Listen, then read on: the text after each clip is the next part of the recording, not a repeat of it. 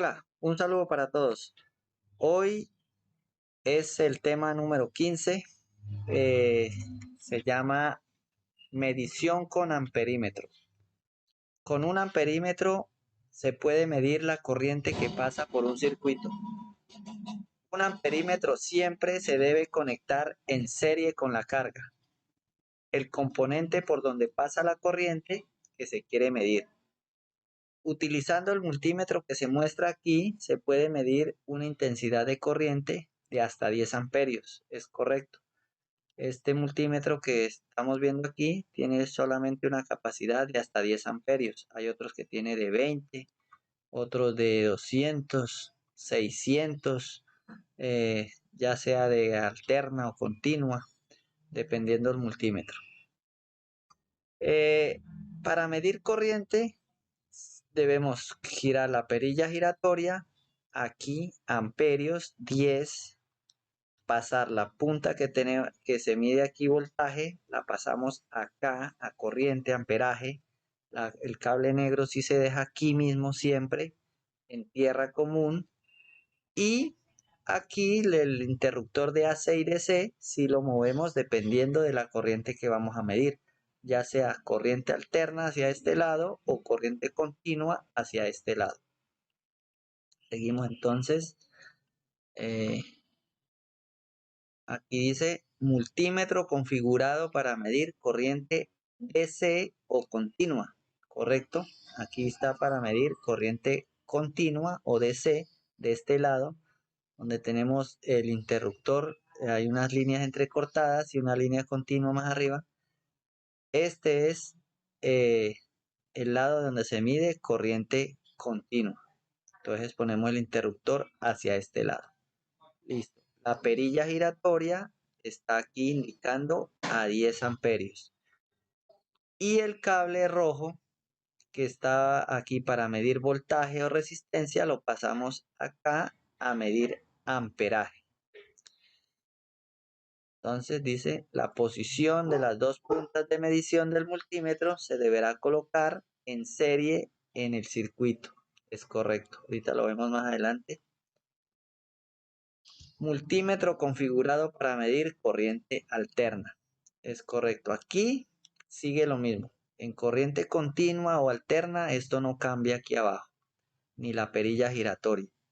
Siempre va a quedar aquí en corriente, en este caso, va a quedar en 10 amperios. Para este multímetro. Hay otros multímetros que también aquí en la perilla giratoria tiene la opción para escoger amperaje de corriente alterna o amperaje de corriente continua. En este caso, en este multímetro, aquí mide la capacidad de 10 amperios, pero si es corriente alterna o continua, tiene la opción acá arriba en este interruptor para este multímetro. Las puntas de los cables siempre van a quedar aquí para corriente, ya sea alterna o continua. Entonces, como vemos aquí dice que para corriente alterna está la perilla, el interruptor de arriba hacia este lado, hacia el lado de la onda sinusoidal. La posición de las puntas de medición se deberá colocar en serie en el circuito. Es correcto, ya sea en corriente alterna o corriente continua. Los dos cables estos, ya sea el rojo y el negro, se deben colocar en serie en el circuito. Cual sea el circuito, sea para corriente alterna o continua. Aquí dice, indique cuál de los dos multímetros está correctamente ubicado para medir la corriente que pasa a través del circuito. El que está correctamente ubicado es este, ya que está en serie. Y este que está acá no está en serie, está en paralelo a la carga. Como vemos, tenemos aquí un circuito, un bombillo, que aquí tenemos la batería, la línea paralela más grande es lado positivo de la batería y la línea paralela aquí, la más cortica, es del lado negativo de la batería. Tenemos un bombillo conectado al negativo de la batería y el otro al positivo de la batería. ¿Cómo sería en serie?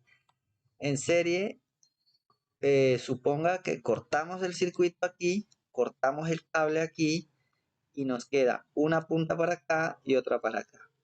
La punta de este lado la ponemos al cable, a la punta del cable rojo, y la punta que nos queda de este otro lado la ponemos a la punta del cable negro del multímetro. Y en ese caso estamos midiendo corriente. Corriente, en este caso mediría el consumo que tiene este bombillo, ya sea 1 amperio, 0.5 amperios, 2 amperios, dependiendo. Pero eso significa en serie. Como cuando ponemos un fusible en un vehículo, el fusible va en serie, no va en paralelo, sino en serie.